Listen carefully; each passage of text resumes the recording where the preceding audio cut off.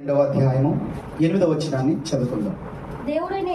దేవుడైన యెహోవా తూర్పున ఏదెనులో ఒక తోట వేసి తాను నిర్మించిన నరుని దానిలో ఉంచాడు. చాలు. దేవుడైన యెహోవా ఒక తోట వేశాడట. ఎక్కడ వేశాడు తోట? ఏదేను. ఏదేనులో వేయబడిన తోటను తడపడానికి నదిని కూడా ఎక్కడి నుంచి పుట్టించాడు చూసారా? ఏదేనులో ఒక తోట వేశాడట. మళ్ళీ ఆ తోటను తడపడానికి మళ్ళీ ఎక్కడి నుంచి వస్తుంది నది? అదేంటి, వేరే చోట నుంచి రప్పించవచ్చు కదా. ఆల్రెడీ ఏదేనులో తోట ఉన్నప్పుడు ఏదోనులోనే మరి నీళ్ళు ఉన్నప్పుడు మళ్ళీ ఏదోనులోంచి ఒక నది పుట్టించాడు. అది వెళ్ళి ఇలా వెళ్తుంది అని ఎందుకు అలా చెప్పాడు అంటే, ఈ మాట కూడా ఒక అర్థం లేకుండా దేవుడు ఏది రాయించాడు. మనం శరీరం నుండి వచ్చాం కాబట్టి, అది ఈ లోకం నుండి వచ్చాం కాబట్టి, ఈ లోక ఆహారమే ఈ శరీరానికి ఏంటి చెప్పండి? జీవం. ఇది కాకుండా ఏలియన్స్ ఉంటారు చూడండి, వాళ్ళ తినే ఆహారం మనం తిరగలమా? ఇప్పుడు మ్యాక్సిమం చెప్పాలంటే సెల్ ఫోన్ తినే ఆహారం ఏంటి? ఛార్జింగ్, కరెంట్ ఇచ్చి. అది మనకి సరిపోద్దా? మనకి పడితే ఎలా ఉంటుందా ఛార్జింగ్? కరెంట్ షాక్ కొట్టి మనం చచ్చిపోతాం. అంటే చూడండి, ఎలక్ట్రికల్ నుంచి తీయబడింది కాబట్టి ఎలక్ట్రికల్ గానే దానికి ఆహారం పెట్టబడుతుంది. Praise the lord. ఇప్పుడు శరీరముతో మనం ఈ భూమి మీద నుంచి వచ్చాం కాబట్టి ఈ భూమి నుంచి వచ్చే ఆహారమే దీనికి సరిపోతుంది. అంటే దేవుడు లింక్ అలా పెట్టాడు అనమాట. ఆమె చెప్తారా? ఇప్పుడు ఈ శరీరం బ్రతుకుండాలంటే ఈ శరీరానికి ఏం పెట్టాలి? ఈ శరీరం భూమి నుండి పుట్టబడి కదా, మట్టిలో నుండి మానవుడు తీయబడ్డాడు కాబట్టి మరలా ఎక్కడికి పోతాడు? మరలా మట్టిలోకి పోతాడు. సో ఈ మట్టిలో నుంచి చేయబడిన ఆహారమే ఈ శరీరానికి సరిపోతుంది. ఇప్పుడు నేనేమంటాను తెలుసా? ఇప్పుడు తోట ఏదోలోంచి వచ్చింది కాబట్టి ఆ తోటని సేద్యపరచడానికి నీళ్లు కూడా ఎక్కడి నుంచి రావాలి? ఈ దేనిలో నుండే రావాలి. అంటే నువ్వు ఎవరి సంబంధమో ఏ విధంగా ఉన్నావో దాన్ని బట్టి నీకు ఆహారం వస్తే నువ్వు బ్రతుకుతావు. వేరొక ఆహారం నువ్వు తినలేదు. చూడండి, షుగర్తో నింపబడిన వాళ్ళు షుగర్కి సంబంధించినదే తినాలి. ఆరోగ్యవంతుడిగా ఉన్నవాడు షుగర్ పేషెంట్ తినే ఆహారం తినగలడా? బీపీ పేషెంట్ తినగలిగిన ఆహారం తినగలడా? చెప్పండి. క్యాన్సర్ వచ్చిన వ్యక్తి తిన్న ఆహారం మామూలు మనిషి తినగలడా? అంటే క్యాన్సర్ వచ్చినప్పుడు క్యాన్సర్ నుండి వచ్చిన ఆహారాన్ని ఏం చేయాలి? దానికి సంబంధించిన ఆహారాన్ని తినాలి. అలా తిన్నప్పుడు ఏమవుతుందో చెప్పండి? బ్రతుకుతా. Very good. ఇప్పుడు ఈ శరీరం భూమిలో నుండి మట్టిలో నుండి వచ్చింది కాబట్టి మట్టిలో నుంచి వచ్చిన ఆహారం ద్వారా నీ శరీరం ఏమవుతుంది? లేకపోతే ఏమవుతుంది చెప్పాలి? ఈ శరీరం మట్టిలో నుంచి వచ్చింది కాబట్టి మట్టిలో నుంచి వచ్చిన ఆహారం మాత్రమే తింటేనే బ్రతుకుతాం.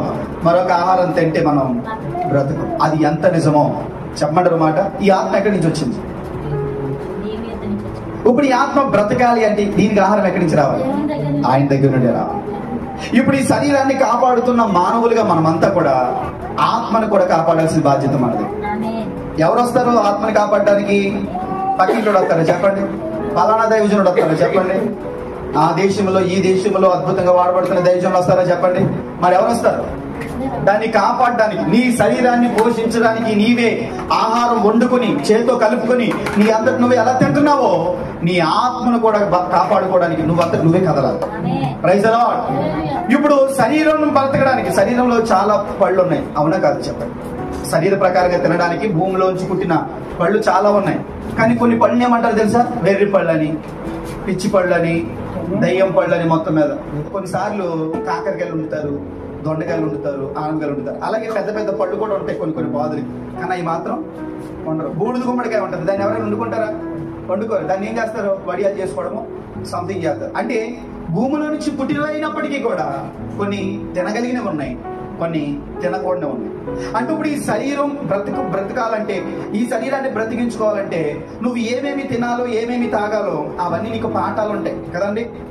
చిన్నపిల్లలు ఏది పడితే తినేస్తారు. తినమన్నది తినరు, ప్రతి చెత్త అంతా తీసుకెళ్లి నోట్లో పెట్టుకుంటారు, బొగ్గు పెట్టుకుంటారు. మీరు తింటారా బొగ్గు? మరి వాళ్ళు ఎందుకు తింటారు? తెలియదు కాబట్టి. రోడ్డు మీద ఉన్న ఆకులు నోట్లో పెట్టుకుంటారు. రోడ్డు మీద పడిపోయి చెత్త అంతా కూడా తీసుకెళ్ళి ఏం చేస్తారు? ఒరే, అవి నోట్లో పెట్టుకుంటే ఏమైపోతావు నువ్వు? బలహీనం అయిపోతావు, అనారోగ్యం వచ్చేది, తెగులు వచ్చేది, వాటి వల్ల ఇన్ఫెక్షన్ అయిపోద్ది, దానివల్ల నువ్వు చనిపోతావు. అంటే మనం అందరం తిన్నాం కదా, తినివే. కానీ కొన్ని తినకూడనివి ఉన్నాయి, కానీ తినవలసినవి కూడా కొన్ని తినకూడని ఉన్నాయి. అది మనకే సెట్ అవని ఉన్నాయంట. హల్లెలూయా. అలాంటిది మరి రోడ్ అంటే పోయే ప్రతి దాన్ని నువ్వు ఆత్మకి ఇంక్లూడ్ చేసేసి తినేస్తావంటే ఆత్మ ఏమవుతుందో చెప్పండి? ఇప్పుడు నువ్వు ఎంత జాగ్రత్త పడతావు? టాబ్లెట్లు వాడుతున్నాను కాబట్టి తినకూడదని లేదా నీకు? తినాలని ఉంది. అదేం కాకరకాయ కాదు కదా. ఒక చేదుకుంటా నేను తిన్నాను కానీ నాకు ఇది వరకు ఒక్క కరిచింది. నాకు వరుసలు అంటే చాలా ఇష్టం, ఊర్లు అంటే ఇష్టం. ఎప్పుడైతే కుక్క కరిచిందో ఇంచుమించు 9 సంవత్సరాలు ముట్టుకొని వెళ్ళాను. ఎందుకంటే ఆ కుక్కే పెంచుకోవాలి. దానివల్ల నేను ఎక్కడ పెంచోండి అయిపోతానని దాన్ని ఏం చేయడం లేదు. అదే దెబ్బకి మొత్తానికి తింటాం మానేసి ఇప్పుడు కూడా సరిగా. ఇప్పుడు ఇష్టమైనవి కూడా నేను ఏం చేస్తున్నాను, ఏదో ఒకటి నా దగ్గర ఉంది, దానికోసం నేను దాన్ని ఏం చేయకూడదు. అంటే ఏమవుతుంది, ఒక అమ్మాయికి కామన్లు వచ్చేది, నేను లారీలో చేసాను. చాలా చిన్న వయసు, 16-17 అలా ఉంటాయి. ముస్లిం సంబంధించిన చాలా యవ్వన వయసు అనమాట. అది కామన్లు వచ్చి నేను సంగతి అమ్మాయికి గుర్తుందో గుర్తులేదో మొత్తం మీద మేము పనిచేసే చోట కాంట్రాక్ట్ ఉంది. తర్వాత అక్కడి నుంచి వెళ్ళిపోయారు వేరే చోట, మేము కూడా అక్కడి నుంచి వేరే చోటకి వెళ్ళిపోయాం. ఈ కాంట్రాక్ట్ అయిపోతే వీళ్ళు తవ్వేసాం, మరొక కాంట్రాక్ట్ వెళ్ళిపోతాం కదా. అక్కడికి వెళ్ళాక వినబడిన వార్త ఏంటి తెలుసా, 4 రోజుల తర్వాత అమ్మాయి చచ్చిపోయిందని వార్త. ఏంటంటే కామర్లు వచ్చాయి కానీ తెలుసుకోలేదు, నాన్ వెజ్ తినేసాం. దానివల్ల ఏమైపోయింది, నాన్ వెజ్ మనం అందరూ తింటలేదా, మనం చచ్చిపోయామా? మరి ఆ అమ్మాయి ఎందుకు చనిపోయింది, మనం ఎందుకు చనిపోయింది? ఆ తినడానికి తగిన స్టామినా తన శరీరంలో లేనప్పుడు దాన్ని తినడం ప్రమాదం. నేనేమంటాను తెలుసా, శరీరాన్ని ఇచ్చిందే ఆత్మని పంపించడానికి. ఆత్మే కనుక లేకపోతే నీకు శరీరమే లేదు. అంటే ఇప్పుడు శరీరాన్ని ఇంత భద్రంగా కాపాడుకునేది ఎందుకంటే ఆత్మకి అది వాహనం అవ్వాలి. ఇప్పుడు శరీరం ఆత్మకి ఏమి చెప్పండి, వాహనం. ఇప్పుడు ఈ వాహనాన్ని బాగా చూసుకున్నామా, వాహనం మీద నడిచేవాడిని బాగా చూసుకోవాలా.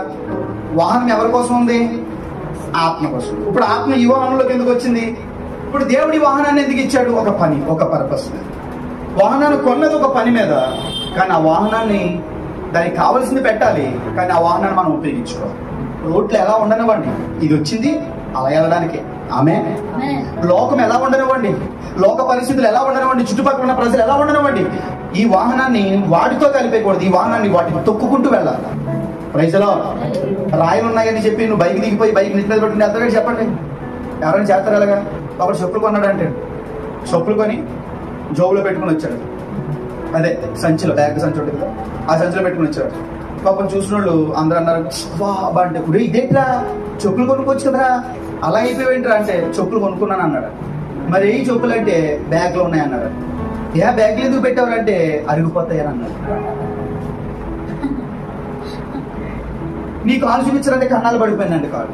చూసారా ఎంత విచారం, ఆత్మకి కన్నాలు పడిపోతున్నాయి, వాడాల్సిన చెప్పులు మాత్రం ఎక్కడ బ్యాగ్ లో పెడతాం. అసలు చెప్పులు ఎంత ఖరీదైనా పెట్టుకోను, అది ఎక్కడ ఉండాలి. శరీరం ఎంత అందంగా ఉండవండి, ఎన్ని కండలు ఎన్ని మజిల్స్ అయినా వచ్చేవాడినవ్వండి, ఎంత టాలెంట్ అయినా ఉండవండి, సినిమా హీరో లాగా హీరోయిన్ లా ఉండనివ్వండి, కానీ దాన్ని ఎక్కడ పెట్టాలి, ఆత్మ కిందే పెట్టాలి. రైజలో ఆత్మ చెప్పుల్ని ఎవరైనా పడుకునేటప్పుడు తలగడ పక్కన పెట్టుకున్నారు ఎవరైనా? దిండి లేనప్పుడు బయట రోడ్డు మీద పోకుండా చెప్పులు తలగా పెట్టుకోవచ్చు, కానీ మాటికి పెట్టుకుంటారా చెప్పండి? చెప్పట్లేదు. మీరు తడిసిపోతాయా నీ చేత్తో పట్టుకుంటారా, గుచ్చుకుపోతాయా నీ కాలు తీసేస్తారా? దానికోసమే కొన్నాం. అది శరీరానికి బాధ కలుగుతుందని ప్రార్థన చేయడం మానేసి, శరీరానికి ఇబ్బంది కలుగుతుందని ఆన్లైన్ చేయడం మానేసి, శరీరానికి నొప్పి వస్తుందని బైబిల్ చదవడం మానేసి, శరీరం నొచ్చుకుంటుందని దేవుని వాక్యంలో దేవుని వాక్యానుసారంగా నడవడం మానేసి ఇలా చేస్తే మీరేం చేస్తున్నారు? ఇప్పుడు చెప్పులు తీసుకెళ్ళి నెత్తి మీద పెట్టుకుని నడుస్తున్నారు. చెప్పులు ఎక్కడ ఉన్నాయి? నెత్తి మీద ఉన్నాయి. నీ కాళ్ళు గుచ్చుకుంటుంది, నీ ప్రయాణం సాగదు. తర్వాత కాళ్ళు 2 పోయాక నువ్వు ఎన్ని జతల చెప్పులు ఉనుకో పని అవుతుంది చెప్పండి? నేనేమంటానంటే ఆత్మ విలువ కోల్పోయాక ఆత్మ విలువ తెలుసుకుని ఇంకా చేద్దాం అనుకున్న ప్రయోజనం ఉండదు. అందుకే ఇప్పుడే మనం ఏం చేయాలి చెప్పండి? మేలుకోవాలి. హల్లెలూయా చెప్పాలి. ఏం చేయాలి? ఏం మేలుకోవాలి? చెప్పుల్ని చెప్పుల్లాగా వాడాలి. కాళ్ళు ఉండాల్సిన స్థలంలో. మరి నువ్వు ఎలా వాడుతున్నావు శరీరాన్ని? ఇప్పుడు ఏం చేయాలి? చెప్పుల్ని తొడగాలి, నెత్తి మీద పెట్టుకోకూడదు. శరీరానికి చెప్పిందని శరీరానికి అనుకూలంగా ఏది మనం మాట్లాడాలి. శరీరం పుట్టినప్పటి నుంచి దీంతో స్నేహం చేస్తాం. ఇప్పుడు వదిలేమంటే ఎక్కడ వదిలేస్తాం? అవుతుందా?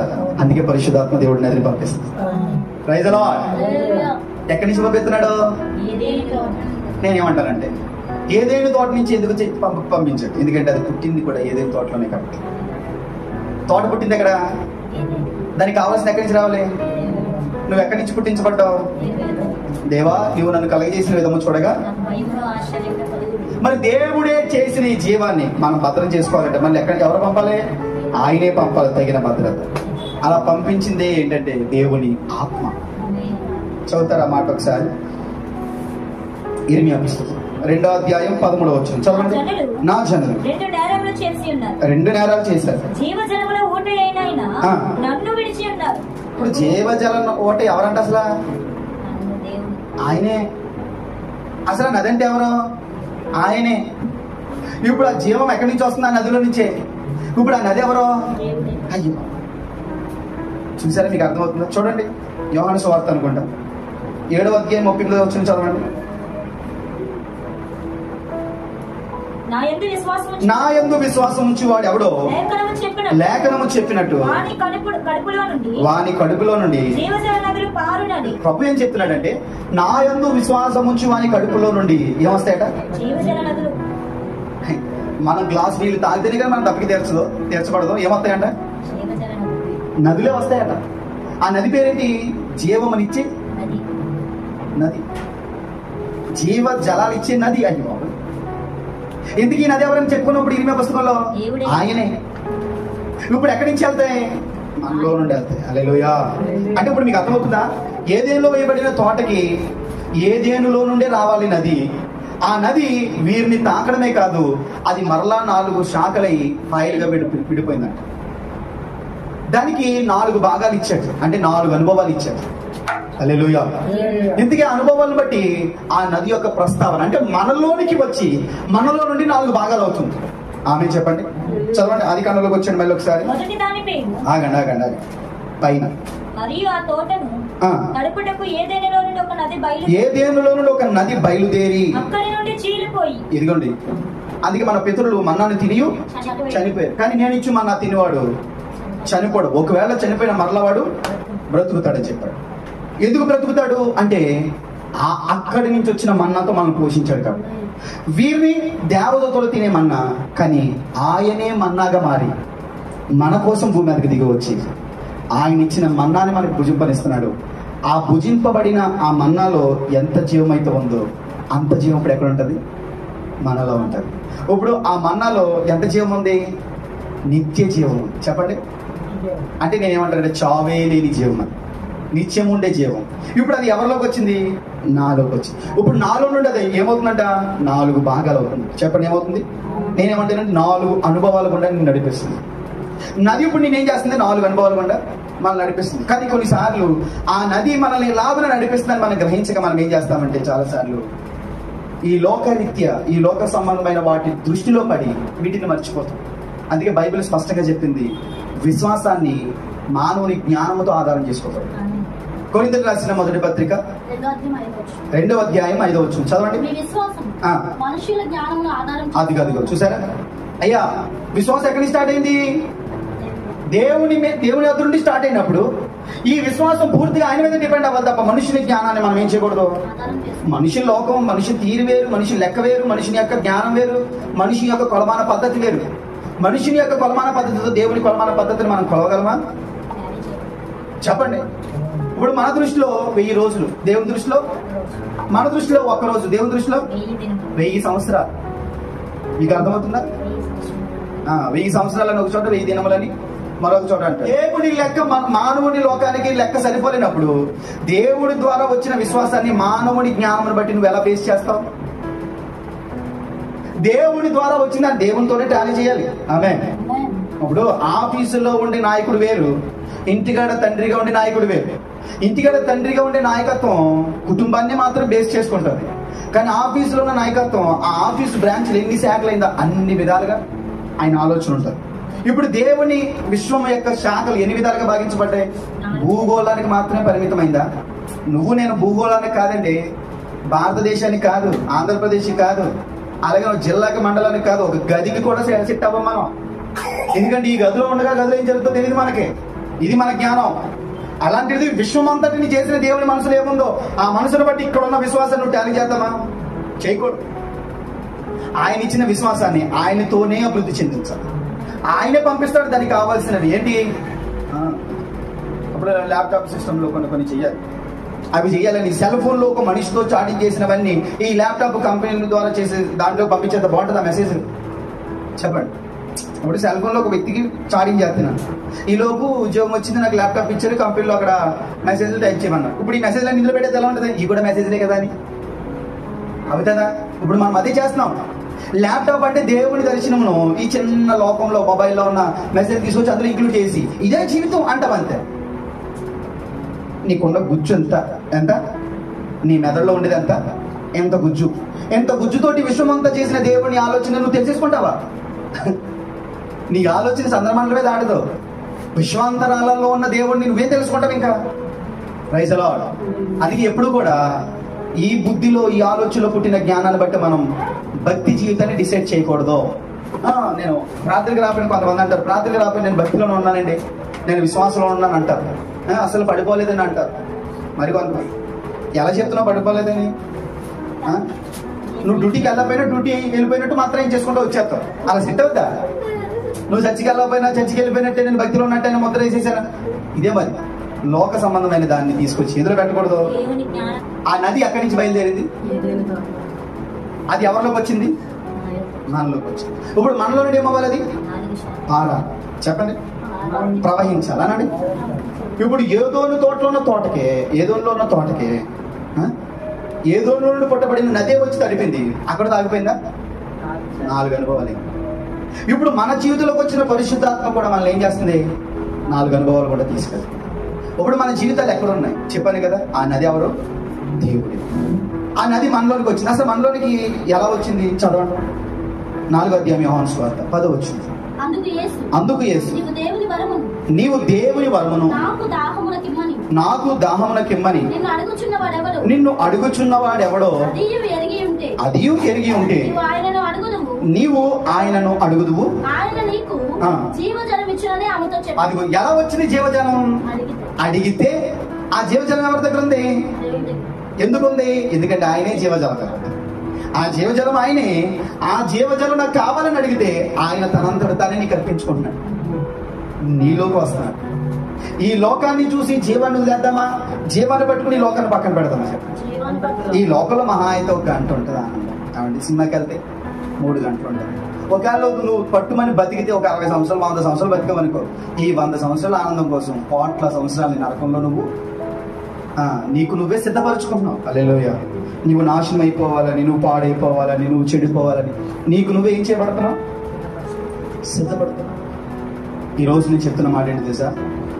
నీ జీవితం బాగుపడాలంటే ఈ జీవితాన్ని ఇచ్చిన వాడే రావాలి దాన్ని బాగు చేయడానికి. ఇప్పుడు ఆయన ఎక్కడ ఉంటాడో నీకు తెలియదు, ఆయన ఎక్కడ దొరుకుతాడో నీకు తెలియదు. అందుకే ఆయన అంతటా ఆయన నీకు ప్రత్యక్షం. ఇప్పుడు అది ప్రత్యక్షం అయ్యాడు కానీ అది నేను ఎలా పొందుకుంటాను అనే డౌట్లో నీకు ఉంటే అడిగితే నీకు ఇస్తాను. అందుకే తను అడుగు వారికి ఎంతో నిశ్చయముగా పరిశుద్ధాత్మని అనుగ్రహించి అడిగితే సరిపోతున్నాం. మన పని ఏంటంటే అడగడం ఏమన్నా నొప్పండి. మనకి కష్టపడాలంటే నొప్పి కానీ అడగడం ఏమన్నా నొప్పి. కానీ అది చేయలేకపోతున్నాం. ఎందుకంటే సాతాను గారు చేయలేవాడు.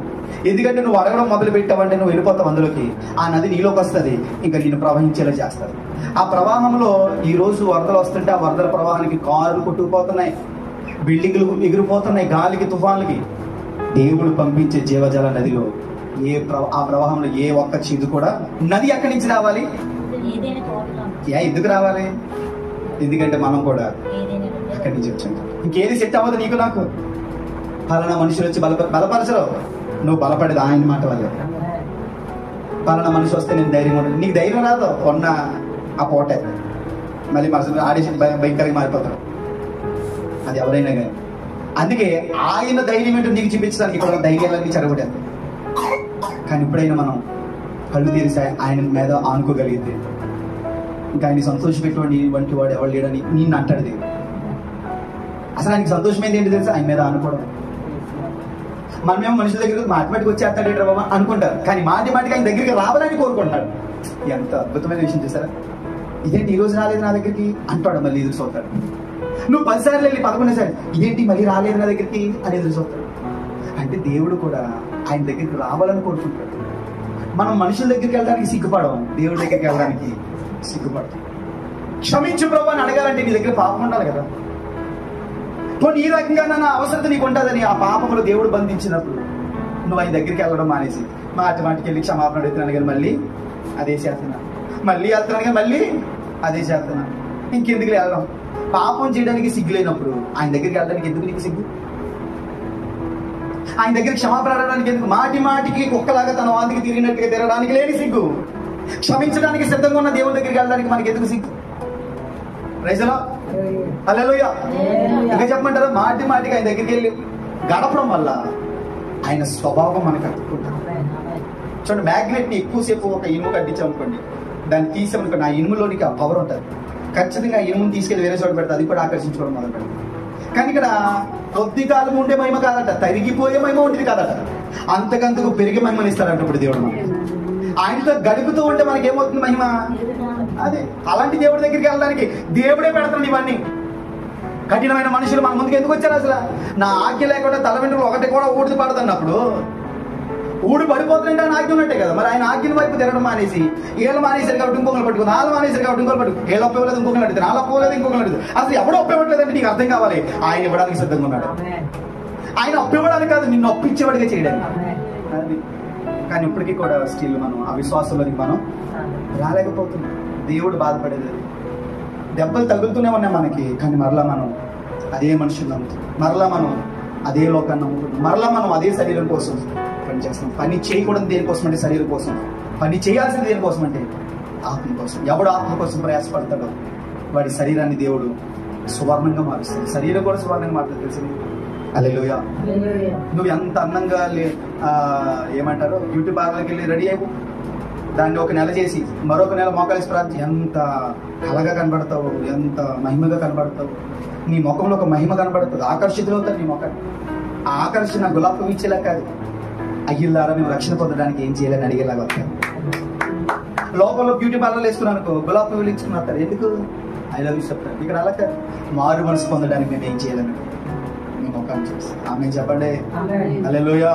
ఇప్పుడు ఆ నది వస్తుండే దేవుడి దగ్గర నుంచి. అది ఎలా వస్తున్నానని నేను దేవుడిని అడిగితే ఆయన ఇస్తున్నారు. వచ్చి మనలో ఉండిపోద్దా? లేదు, అది ప్రవహించాలి. అని అందరూ అది ప్రవహించడానికి 4 భాగాలుగా దేవుడు మన చేతులు. మరొక మాట ఒకసారి జ్ఞాపకం చేసి నేను అసలైన విషయంలోకి వెళ్తాను. చూడండి, ఇర్మియా పుస్తకం 17వ అధ్యాయం 13వ వాక్యం.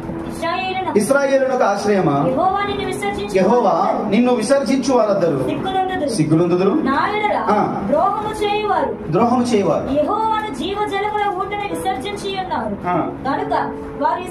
ఆ జీవజలం అంటే ఎవరంటున్నారు? యెహోవాను నేను. యెహోవాని జీవజలం పేరు యెహోవా అంట. ఇప్పుడు మనం విసర్జిస్తున్నామంటే దేన్ని విసర్జిస్తున్నామంటే మనం యెహోవాని, దేవుణ్ణి. ఎవంటే మనం ఎంత, మన బతుకు ఎంత, మన జీవితాలు ఎంత. యవన ప్రాయంలో ఉన్నవాళ్ళు ఎంతమంది తెలుసండి? ఒక నీళ్ళ ట్యాంక్ పట్టుకోవడానికి వెళ్ళారు, నీళ్ళు వాటర్ వెళ్ళి కూడా ఉంటుంది. మరణదూత కనపడినట్టు దాన్ని కొట్టి వెళ్ళదిని పడిపోయాడు. ఎంత మన బ్రతుకులు.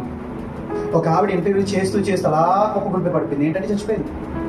ఎంత మన బ్రతుకులు, ఎంత మన జీవితాలు.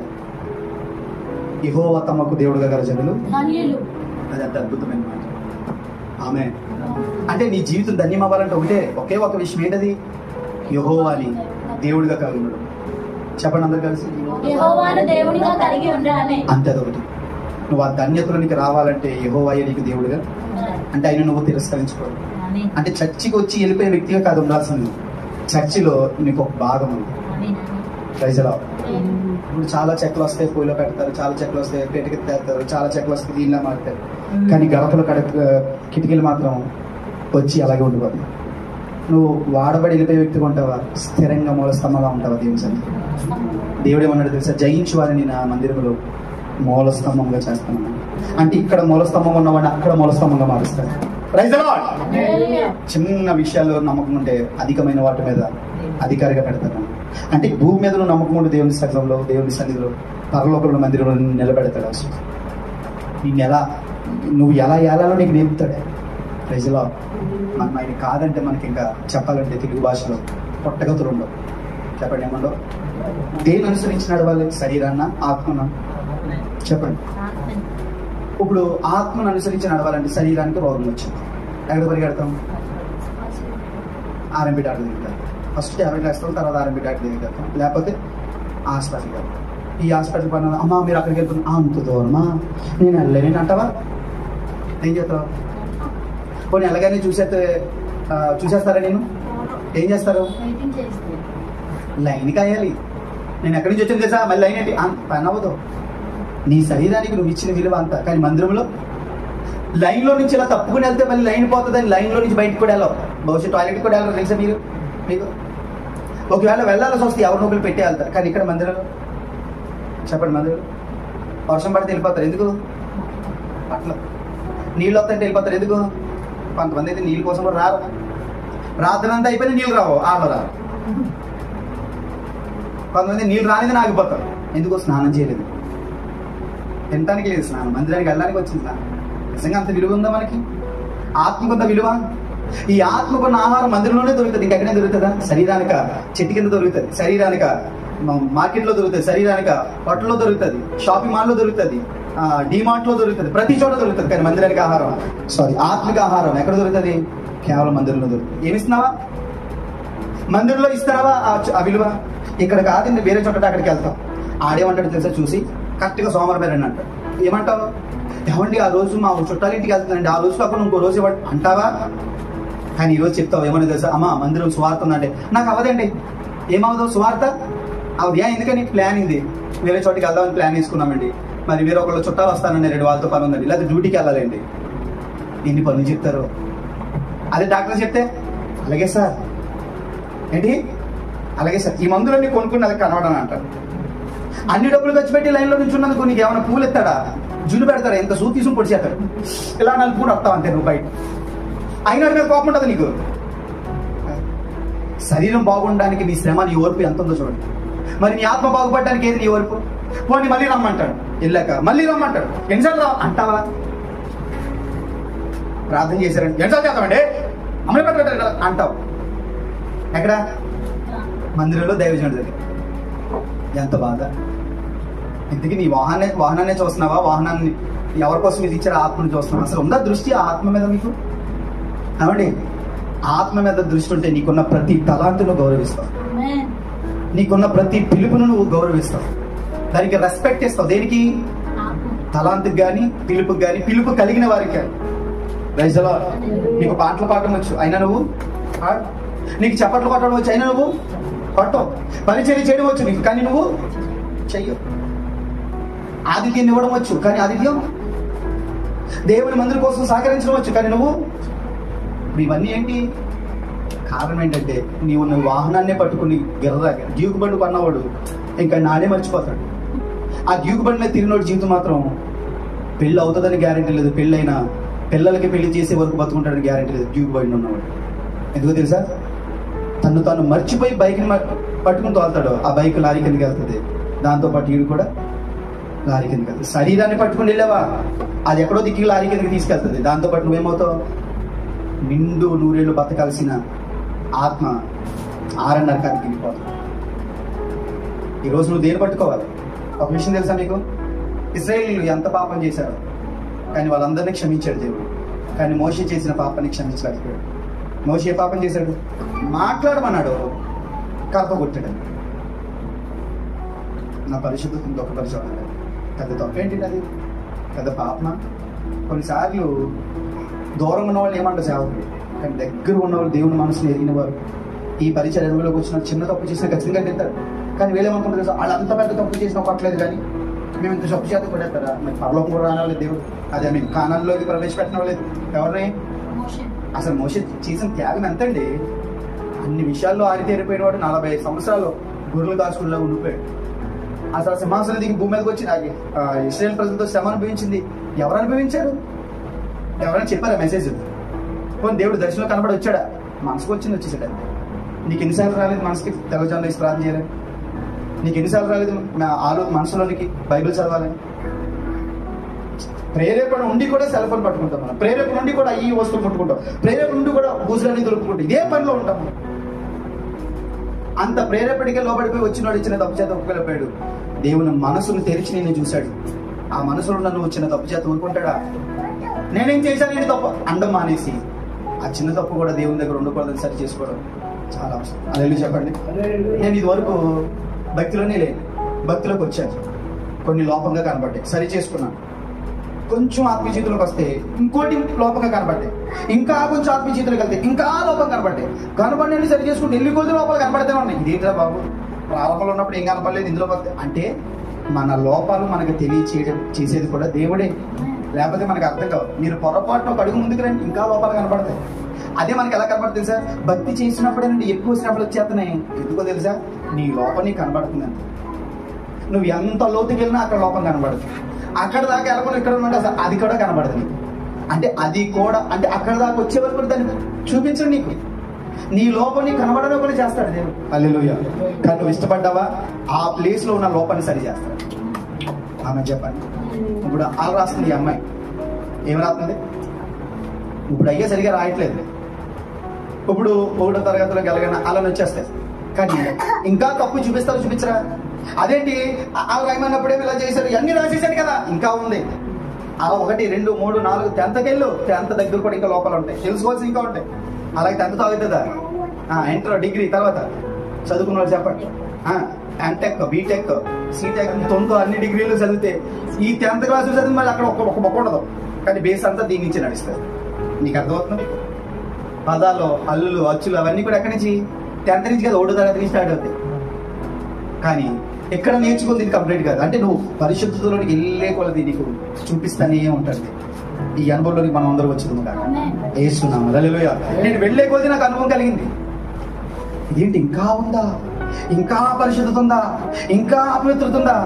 అరే నేను అక్కడే ఉండిపోయాడు, ఇది కూడా తెలుసుకోలేకపోయాడు. ఇది కూడా చూపిస్తాడంటే నీ పరిశుద్ధత, నీ మంచితనం వల్ల నువ్వు గర్వించుకొని ఉండడానికి నీ లోపాలు నీకు కనబడేలా చేస్తాడు.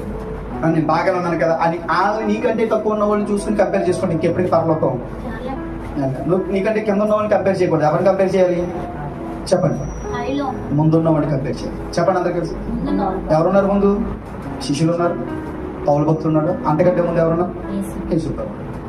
యేసుప్రభు నీకు కనబడకపోతే ఇదిగో నేను ఉన్నాను అని చెప్పాడు పౌలు భక్తులు. ఎంత అద్భుతమైన విషయం. హల్లెలూయా చెప్పండి. హల్లెలూయా. ఇప్పుడు పరిశుద్ధాత్మ మనలోకి వచ్చాడు. అది ఎక్కడి నుంచి వచ్చాడు? ఖచ్చితంగా మనం పొందుకోవాలా? ఎక్కడి నుంచి వస్తుంది అది? ఎందుకు పొందుకోవాలి? ఎందుకంటే మనం అక్కడి నుంచి వచ్చాం కాబట్టి. అక్కడి నుంచి వచ్చిన మా బతకాలంటే అక్కడి నుంచి వచ్చిన జీవంతోనే బతకాలి. ఈ లోపల ఉన్న ఆక్సిజన్ చూడండి, ఇక్కడ ఉన్న ఆక్సిజన్ తోటి నీళ్ళలోకి వెళ్తా ఉండగలమా? మరి నీళ్ళలో ఇంకా ఆక్సిజన్ పెట్టుకోవాలి. ఈ ఆక్సిజన్ తో చంద్రమండలం వెళ్ళగలమా? మరి అక్కడ మరి ఇవన్నీ కాకుండా పరలోకం వెళ్ళాలంటే ఈ ఆక్సిజన్ సరిపోతాయా? జీవంలోకి వెళ్ళాలంటే ఈ సరిపోతాయా? ఖచ్చితంగా ఏసై ఇచ్చే జీవాన్ని నీళ్ళలోకి వెళ్ళిపోయి పెట్టుకుంటాడా, బయట పెట్టుకుంటాడా? చంద్రమండలంకి వెళ్ళాక పెట్టుకుంటాడా, ముందే పెట్టుకుని వెళ్తాడా? పరలోకి వెళ్ళాక పెట్టుకుంటావా, ముందే పెట్టుకోవాలా? ఆ సమయానికి చూద్దామండి, దేవుడు వచ్చే సమయానికి అప్పుడు చూద్దాంలేండి. దొంగలాగా నేను మారిపోతాను, ప్రభా క్షమించానండి అంటే ముందు నుంచే సిట్ అవ్వాలి. అందుకే ముందు నుంచే సిట్ అయ్యారు. కానీ కొన్ని వదిలారు. వాళ్ళని ఏమన్నాడంటే మీరు ఎవరో నాకు తెలియదు పొందన్నారు. వారి పేరే పెట్టాడు బుద్ధి లేని కన్నికలని పేరు పెట్టేసి. అరే తెలుసుండి కూడా కొన్ని వదిలేసినందుకే వాళ్ళ బుద్ధి లేని అయిపోతాయి. తెలుసుండి కూడా అసలు ఏం చేయకుండా ఉంటాయి. మనల్ని ఏమంటాడు? చెడ్డ దాసుడు అని తప్ప ఇంకొక మాట మనకు రాదు. Praise Lord. మనం మెలకు కలిగి ఉందుము గాక, మన ఆలోచనలు మన నేతలు తెరవబడును గాక, విశ్వాసపు నేతలకు వచ్చింది గాక. ఆది కాండంలోకి వచ్చేయండి, వెళ్ళిపోతాం. 4 భాగాలు అన్నాను కదా. ఆ 4 భాగాలు మన జీవితంలో 4 అనుభవాలు. ఏంటి అనుభవాలని చూస్తే 11వ వచనం మొదటి దాని పేరు. ఒకసారి 10వ వచనం చదవండి. మరియు ఆ తోటను తడుపుటకు ఏదోనులో నుండి ఒక నది బయలుదేరి అక్కడే చీలిపోయిందంట. ఏదోను తోట నుంచి చీలిపోయింది. ఓకే, 4 శాఖలుగా 4 భాగాలుగా అయిపోయింది. అవి ఏమైంది? ఒకటి పీషోన్, ఒక దాని పేరేంటి? అది ఏం చేసింది? హవీలా దేశం అంతటి చుట్టూ పారుచున్నది. అది మన జీవితాలు బంగారంగా మారాలంటే మనం ఏం చేయాలి తెలుసా? పీషోను అని అనుభవం ఉండాలి. చెప్పండి అందరు కలిసి, అందరు చెప్పాలి. ఇప్పుడు నేను వ్యక్తిగతంగా అడుగుతాను, మీ జీవితం మీకు ఎలా ఉంది? బంగారంలో ఉందా, చెత్తలా ఉందా, పెంటలా ఉందా? మనం చెప్తాం ఏమని పెంట అని, కానీ పెంటను కూడా దేవుడు బంగారంగా మార్చడానికి ఇస్తున్నాడు. ఆ బంగారంగా మారాలంటే ఆమెనంటే సరిపోదు, కానీ ఏం చేయాలి? పీషోన్లా మారిపోవాలి. ఆమె అన్నాడు, ఆమె అన్న వాళ్ళ జీవితంలో జరుగుతుంది. మరి మీరే కదండి ఆమెనంటే సరిపోదు అన్నారు. అంటే దాంతోనే సరిపెట్టాడు. ఏమన్నాడు? మీరు పుదీనాలోను జీలకర్రలోను అన్ని విషయాల్లోనూ దేశభాగం ఎత్తున్నారు, కానీ అసలు చేయడం మానేసేది. అంటే అది మానేసి చేయమనా? ఇది మానక ఇది చేయమన్నా. ఇప్పుడు నేనేం చెప్తున్నానంటే ఆమె అంటూ మాత్రమే కాకుండా, అంటే ఆమె ఎందుకన్నా అది జరగాలి, అలా బంగారంలాగా నేను మారాలి. అన్నాం. అది మాత్రమే కాకుండా మనం దానికోసం పని చేయాలి. Praise the Lord. మీరు చెత్తలా ఉన్నా, గంటలా ఉన్నా, డ్రైనేజీలో ఉన్నా మనం బంగారంలాగా మారుస్తానంటే ఎవరు కాదంటారు చెప్పండి? డ్రైనేజీని బంగారంగా మారుస్తానంటారు పెంటని. ఏమన్నాడు? పెంట కుప్ప మీద నుండి నేను రియల్ గా వాక్యమే సాక్ష్యం. పెంట కుప్ప బంగారం అవుతుందా? ఇదిగో చేయడానికి వస్తున్నాడు ఒక ఆయన. కీర్తన భాగం అంటాడు కదా, పెంట కుప్పల మీద ఉన్న వారిని లేవనెత్తువాడు, ఉన్నత స్థితిలో నిలబెట్టువాడు ఆయనే. ఇప్పుడు మనకు ఒక నిరీక్షణ ఉంది, పెంట లాంటి నా జీవితాన్ని బంగారం అవుతుందని ఒక నిరీక్షణ. ఎందుకంటే అది చేయడానికి వచ్చిన ఆయన మోడీ కాదు. వాళ్ళు ఇచ్చిన మాటలో మారిపోతే లేకపోతే వాళ్ళే సీట్లో ఉండరు. కానీ ఈ మాట ఇచ్చినవాడు అలాంటి కాదు. ఆయన సీటు దించగలిగినవాడు ఎవడలేడు ప్రపంచం. అలాంటి నమ్మకమైన దేవుడు మనకు కలిగి ఉన్నాడు. ఆయన నీ జీవితాన్ని బంగారంగా మారుస్తాడు. చెప్పలందరూ తెలిసి ఏం చేస్తాడు? ఆయన బంగారంలో మారుస్తాడు. బంగారం అవ్వాలా, పెంట కావాలా? అయితే మీరు ఎలా మారాలి? పీషోను అని అందరూ. పీషోన్ అంటే అర్థం ఏంటో తెలుసా? ఆగిపోక, మునిగిపోక, సాగిపోయేది. పీషోను అంటే అర్థం ఆగిపోయేది కాదు, మునిగిపోయేది కాదు, సాగిపోయేది. ఇప్పుడు సాగిపోవాలంటే ఇటు ఒక 4 బియ్యం బస్తాలు, ఇటు 4 సిమెంట్ బస్తాలు మోసుకెళ్ళాం. మనం ఉన్న చోట నుంచి అర్థం అంతే సాగిపోవాలి. ఇప్పుడు వరకు ఎక్కడ ఉన్నావయ్యా? నేను ఆ పందులు దొడ్డం వచ్చాయి, బయటికి వచ్చేయడమే. ఇంకేమైనా ఉంది అందులో? ఏమంటే అప్పటి వరకు ఆడి పరిస్థితి ఎలా ఉంది? రాజకుమారుడే, కానీ ఏమయ్యాడు? పందులు పొట్టు తినే పరిస్థితికి వచ్చేసాడు. ఇప్పుడు చూడండి తన జీవితాన్ని ఎలా కంపేర్ చేద్దాం? మనతోనే కంపేర్ చేద్దాం. అసలు మన జీవితం ఏంటి తెలుసా? మహిమ. మన బతికేం చెప్పండి? దేవదూత లాంటి వాళ్ళు మనం. కానీ పొరపాటు చేయడం వల్ల పందులు పట్టుకొచ్చాం. ఇప్పుడు పందుల పట్టులో ఉన్న జీవితం మారే అవకాశం ఉందా? ఇదిగో ఉపమానంతో యేసు ప్రభువే చెప్పినప్పుడు, అక్కడే చూపించినప్పుడు అబద్ధమడ్డానికి అయిన నరుడు ఖచ్చితంగా పెంటగా పందుల పొట్టు దాకా వెళ్ళిన వాడు మరలా రాజసింహాసనం ఎక్కడానికి చాయిస్ ఉంది. నువ్వు వెళ్తే విందే చేయడానికి సిద్ధపడతాడు దేవుడు. అందుకే మారు మనసు అక్కర్లేని 99 మంది నీతిమంతుల కంటే మారు మనసు పొంది ఒక పాప విషయంలో పరలోకం ఏం కలుగుతుంది? ఇక్కడ నువ్వు మారు మనసు పొందితేనే అక్కడ ఆనందం కలిగితే, ఈ మారు మనసు పొందుడు అక్కడికి వెళ్తే ఎలా ఉంటుంది చెప్పండి? బుద్ధి వచ్చింది కుమారుడికి అని తెలిసిన తండ్రికే సంతోషం ఉంటే ఆడి తిరిగి వస్తే ఎలా ఉంటుంది? అప్పటి వరకు నాట్యాలు ప్రారంభమై, అప్పటి వరకు ఆనందం లేదు, ఆనందం ప్రారంభమైంది. దూరంగా ఉన్న వాడిని చూసి పరుగు ఏం చేశాడు? మెడ మీద పడి ముద్దు పెట్టుకున్నాడంటే. ఏమంటే ఆడి మెడ అప్పటికి ఎలా ఉంది? స్నానం చేస్తున్నాడా? ఒక్క 4 రోజులు స్నానం చేయకపోతే కంపు పడతామే. ఆడి ఆస్తంతా తీసుకెళ్ళి ఎన్ని రోజులు ఉన్నాడో, ఎన్ని రోజుల నుంచి ఆడికి స్నానం లేదు, కంపు కూడా రాలేదండి తండ్రికి. నువ్వు వస్తే నీ కంపు ఆయనకి కంపుగా కనబడదు. ఆమె నువ్వు వస్తే నీ కంపు ఆయనకి కనబడదు. కానీ నువ్వు రావాలని నేను కోరుకున్నాడు. అసలు ఈ వాక్యాలన్నీ ఎందుకంటే తెలుసా? నువ్వు టర్నింగ్ తిరగడానికి. ప్రతి ఒక్కరి జీవితంలో టర్నింగ్ పాయింట్ అని ఉంటుంది. కానీ ప్రతి ఒక్కరి జీవితంలో టర్నింగ్ పాయింట్ ఏంటి తెలుసా? శారీరకంగా మ్యారేజ్ అని బట్టి టర్నింగ్ పాయింట్ ఉంటుంది. హల్లెలూయా. నేనేమంటాను తెలిసి యేసుక్రీస్తు ప్రభు ద్వారానే టర్నింగ్ పాయింట్ ఉంటుంది. నువ్వు యేసు ప్రభు దగ్గరికి రావాలి అని ఆలోచన కలగడమే బైబిల్ చెప్పే భాష. బుద్ధి వచ్చిన కుమారుడు బుద్ధి వచ్చినప్పుడు ఇలా చేశాడు అంటే నీకేముంది? బుద్ధి వచ్చింది అనండి. బుద్ధి ఏం చేస్తుంది? బుద్ధిమంతుడు కిందనున్న పాతాలను తప్పించుకొని పరమునకు పోజే మార్గంలో నడుచుకుంటాడు. అది బుద్ధి అంటే. ఆ బుద్ధి నీకు ఎలా వస్తుంది? యేసు వైపు తిరుగుతాను అంటంతో నీకు స్టార్ట్ అయింది బుద్ధి రావడం. అది నీకు చేస్తుంది కిందనున్న పాతాన్ని తప్పించుకునే చేస్తాను, పరమునకు పోయే మార్గం వైపు నేను నడిపిస్తాను. Praise the lord. చెప్పట్లేదో? ఇప్పుడు మనం ఎలా మారాలి? పీషోన్లా మారాలి. అనంత అంటే ఏంటి? ఆగిపోకుండా, మునిగిపోకుండా సాగిపోయేది పీషోన్. హల్లెలూయా. అసలు రక్షించబడిన తర్వాతే కదా పడిపోయామో లేదో తెలుస్తుంది. అంటే నది వచ్చాక నది రాకముందు జరిగే ఈ అనుభవాలు. అది నది వచ్చాక కూడా ఈ పరిస్థితులు ఉన్నాయి అంటే మరి మనం ఎందుకు భయపడిపో? నాలాంటి ఇంకెవడో? అవునా, నిజమే. నీలాంటి ఉన్నాడు కాబట్టి నీలాంటి లేనంతగా సేవ చేయను. నీలాంటి పరమ దుర్మార్గుడు. అవును, అంత ఖచ్చితంగా చేసావా? తిట్టుకోవడానికి కాదు. ఇప్పటికే చాలా మంది శత్రువులు నీకు ఉన్నారు కదా, మళ్ళీ నీకు నువ్వు కొత్తగా శత్రువు అవ్వద్దని నువ్వు దయచేసి చెప్పు. ఎంత అద్భుతం మాట. నీకు తిట్టేవాళ్ళు చాలా మంది ఉన్నారు, మళ్ళీ కొత్తగా తిట్టేవాడిని నీకు నువ్వు లేపుకో. నేను శపించేవాళ్ళు ఉన్నారు, పైగా నీకు మటుకు నువ్వు శపించుకోవడానికి లేపబడు. Praise the lord. నేనేమంటానండి, నువ్వు పీషోలో అయితే ఖచ్చితంగా నువ్వు బంగారం అవుతావు. నువ్వు బంగారంలో మారక్కర్లా, పీషోలుగా ఉంటే చాలా బంగారంగా మారుస్తాడు. ఎవరిని చెప్పండి, మనం బంగారంలో మారడం ఈజీయా లేదంటే బంగారంలో మార్చేవాడి దగ్గరికి వెళ్ళడం ఈజీయా? అంతే కదా, మనం వెళ్ళడమే బంగారంగా చేసే పని అంతా. విచిత్రం ఏంటంటే బంగారాన్ని ఇంకా బంగారంగా మార్చి దాన్ని రకరకాలుగా మారుస్తారు, కానీ మట్టిని ఎవడైనా బంగారం చేయగలరు? చేయలేడే. కానీ ఏం చేస్తాడు? బంగారంగా కాదు, మట్టిని మహిమగా మారుస్తాడు. మహిమ అంటే ఏంటో తెలుసా? ఇంకా దేవదూతల స్వరూపం అంతే. మహిమ. బంగారం ఎక్కువ, మహిమ ఎక్కువ? చెప్పండి. ఎవడో కూడా చట్నీ పేపర్ చేస్తాడు కాబట్టి చేస్తారా? చట్నీ పేపర్ చేస్తారు, పేపర్ మళ్ళీ చెట్టు చేస్తారా? మహిమ మట్టి అయిపోయింది, దాన్ని మరలా మహిమగా మారుస్తాడు. నువ్వు ఆగిపోవద్దు, నువ్వు ఉన్న చోట ఆగిపో. కొంతమంది ఆగిపోయారు చాలా చోట, కొన్ని పరిస్థితులు చూసి ఇంకా 10th వచ్చి ఇంకా ఆగిపోయారు, అక్కడ రావట్లేదు. ఆ ప్రాంతంతో ఇంకా అభివృద్ధి పరుచుకోవాలి, నా పిలుపుని ఇంకా డెవలప్ చేసుకోవాలి, నా వరాలను ఇంకా పెంచుకోవాలి. నాకు 2 ఇచ్చాడు, దాన్ని 4 చేసుకోవాలి, 4 అయింది, దాన్ని 8 చేసుకోవాలి, 8ని బట్టి 16 చేసుకోవాలి, 16ని 32 చేయాలి. ఈ ఆలోచన మర్చిపోయారు. వాళ్ళందరూ దుర్మార్గులండి. సంఘం పెద్ద రాజకీయం అయిపోయింది. ఎస్, ఇలాంటి వాళ్ళు ఉంటారని దేవుడు ముందే చెప్పేశాడు. మోషేకి చెప్పాడు, మోషే నువ్వు ఫరో దగ్గరికి వెళ్ళినప్పుడు పంపడో ఏంటి? ఫరో పంపడో, కానీ నేను 10 అద్భుతాలు చేస్తాను ముందే చెప్పలేదా? కానీ ఫరో దగ్గరికి వెళ్ళగానే మాట్లాడినప్పుడు వచ్చి ఫరో ఏం చేశాడు? వీళ్ళకున్న శ్రమ డబల్ చేశాడు. డబల్ ఎప్పుడైతే చేశాడు వాళ్ళందరూ వచ్చి మోషే తిట్టారు. ఇంకా బాధతోటి నువ్వు చెప్పావు, నాలేమో విడిపిస్తానని చెప్పు, ఇప్పుడు ఏమైందో మరి రివర్స్ అయిపోయింది, ఇంకెక్కువ శ్రమ పట్టేశారు వాళ్ళని అని అన్నాడు. నేనేం చెప్పాను? నువ్వు శ్రద్ధగా విన్నావా? పంపడనే చెప్పాను, కానీ నువ్వు వింటాం తప్పు. హల్లెలూయా. నేను అదే అడుగుతున్నాను ఒక మాట, నువ్వు ఆగిపోయావా? లేదు. ఒకవేళ అడుగులు వెళ్ళిపోతున్నావా? ప్రయత్నించు. చూడండి, చిన్నపిల్లలు ఇప్పుడు వాళ్ళు నడుస్తారా? మ్యాక్సిమం నడుస్తే ఏమవుతారు? ఎప్పటి వరకు పడిపోతారు? వారిని నడిపించడానికి ఎంత టైం పడుతుంది?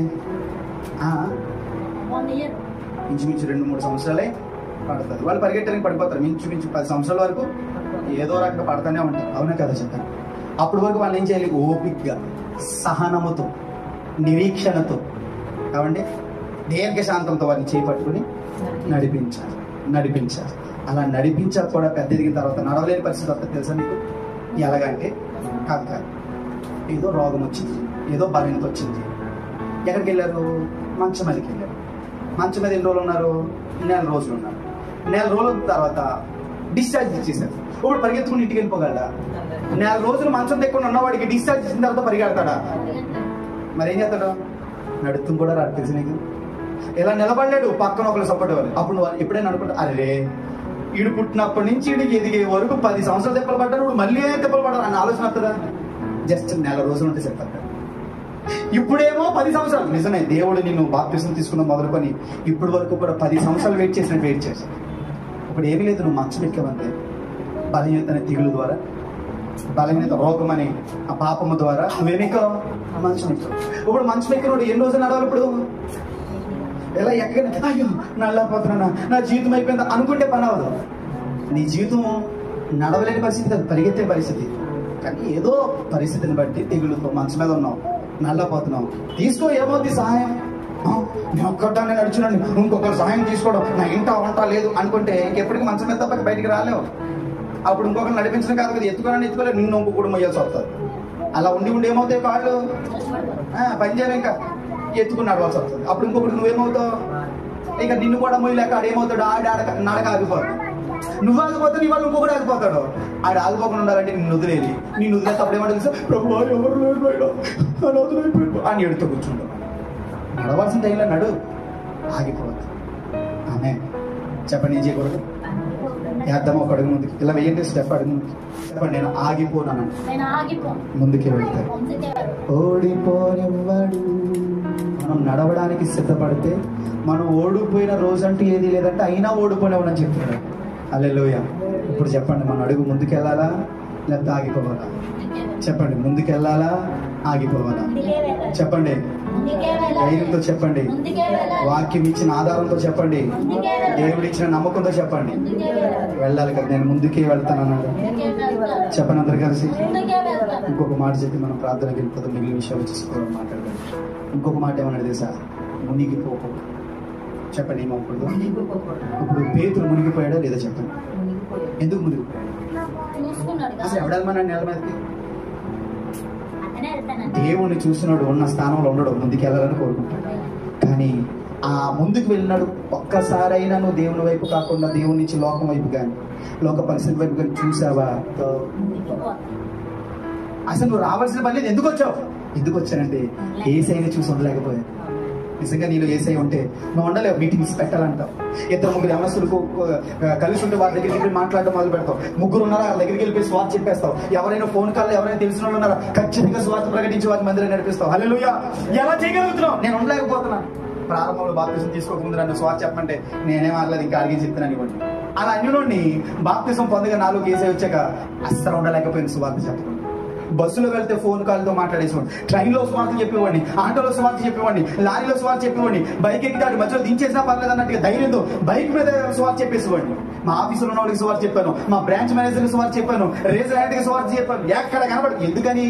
ముందేమో స్వార్థ చెప్పండి నేను చెప్పను బాబోయ్ అన్నామని, ఇప్పుడు స్వార్థ చెప్పన్నా చెప్పొద్దన్నా సరే ఆగకుండా చెప్తున్న కారణం ఏంటి తెలుసా? నాలో ఉన్న ఏసీ నేను చూడగానే నా కాళ్ళు ఉండట్లేదు, యేసు ప్రభు వెనకాలే పరిగెడతాను. హల్లెలూయా. కాకపోతే మునిగిపోవడానికి కారణం ఏంటంటే యేసు ప్రభుని చూసి అడిగి వేసినాడు, ఇప్పుడు యేసు ప్రభుని చూడలేదు, గాలిని చూశాను. ఎవరి గాలిని చూసినందుకే మునిగిపోతే నువ్వు లోకాన్ని చూసేస్తున్నావు. ఎవరి లోకంలో ఉన్న ట్రెండ్ని చూస్తున్నావు, లోకంలో ఉన్న ఫ్యాషన్ చూస్తున్నావు, లోకంలో ఉన్న అందాన్ని చూస్తున్నావు, లోకంలో ఉన్న లగ్జరీని చూస్తున్నావు, లోకంలో ఉన్న సుఖ సౌఖ్యాన్ని చూస్తున్నావు. ఆ సేవకుడు బాగా ఉన్నాడు, ఈ విశ్వాసి బాగున్నాడు, మా జీవితాలు ఎలా గెలిచి అసలు వాళ్ళని ఎవరు చూడమన్నాడు? Praise lord. ఎవరి సౌలు యెరూషలేములో ఉన్న మందిరాలను పడగొట్టేసి ఎక్కడికి వెళ్తున్నాడు? దమస్కు మార్గానికి వెళ్తున్నాడు.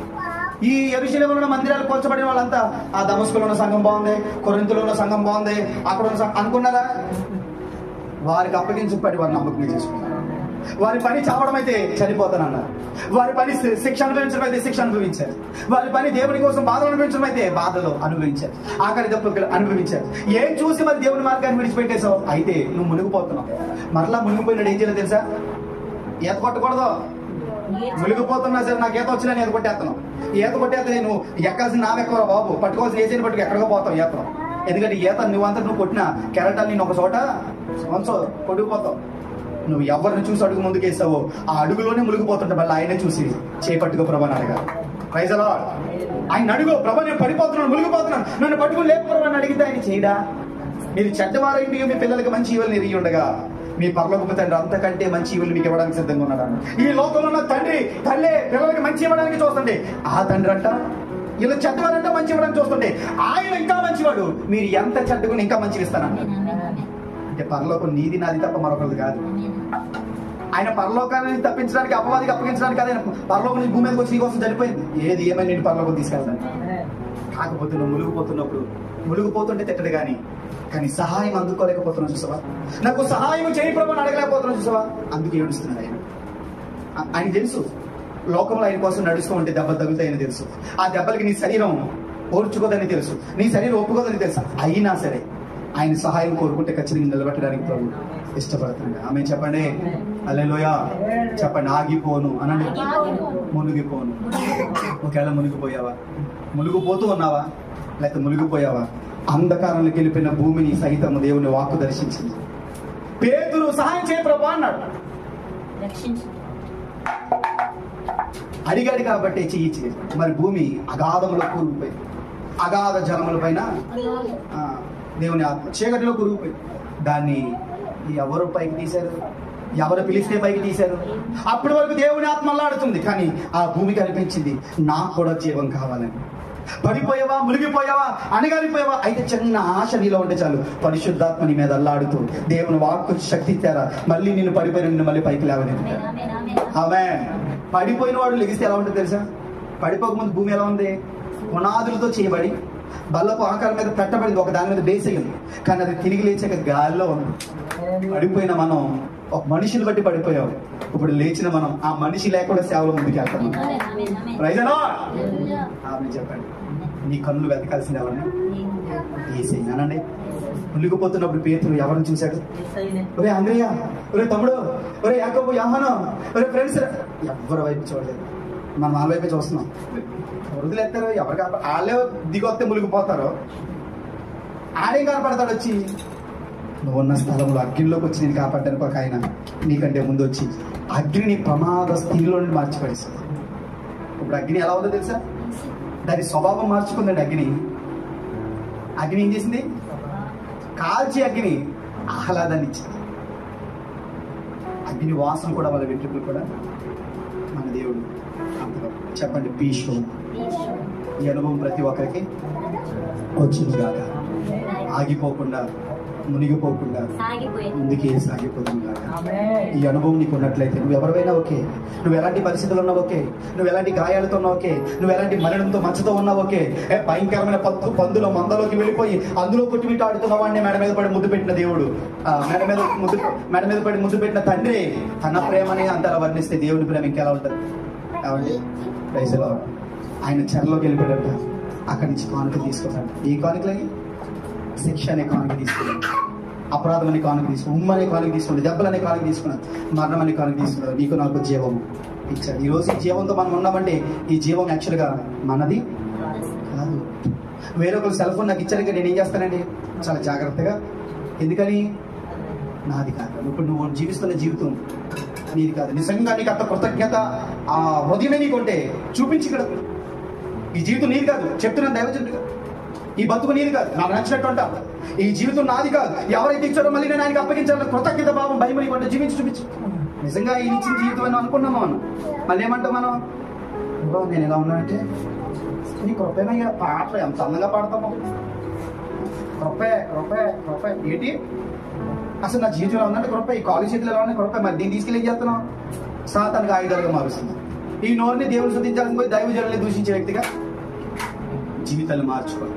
హల్లెలూయా. ఆగిపోవద్దు, మునిగిపోవద్దు, సాగిపోవద్దు. బంగారంలాగా మార్చే పని నువ్వు వెళ్ళడం ఆలస్యం, తక్షణమే పని ప్రారంభించాలంటే అండి అది మధ్యలో ఆగదు. నువ్వు ఇల్లు కట్టి మధ్యలో ఆపేచ్చు. ఆయన కట్టడం మొదలు పెట్టాక అది బంగారం అయిపోవాల్సింది, ఖచ్చితంగా మారుస్తారు. అలాంటి కృప దేవుడు మనందరికీ దయచేయంగా. కళ్ళు మూసుకొని ప్రార్థన చేసుకుందాం. మిగిలిన విషయాలు వచ్చేవారు మాట్లాడతాం.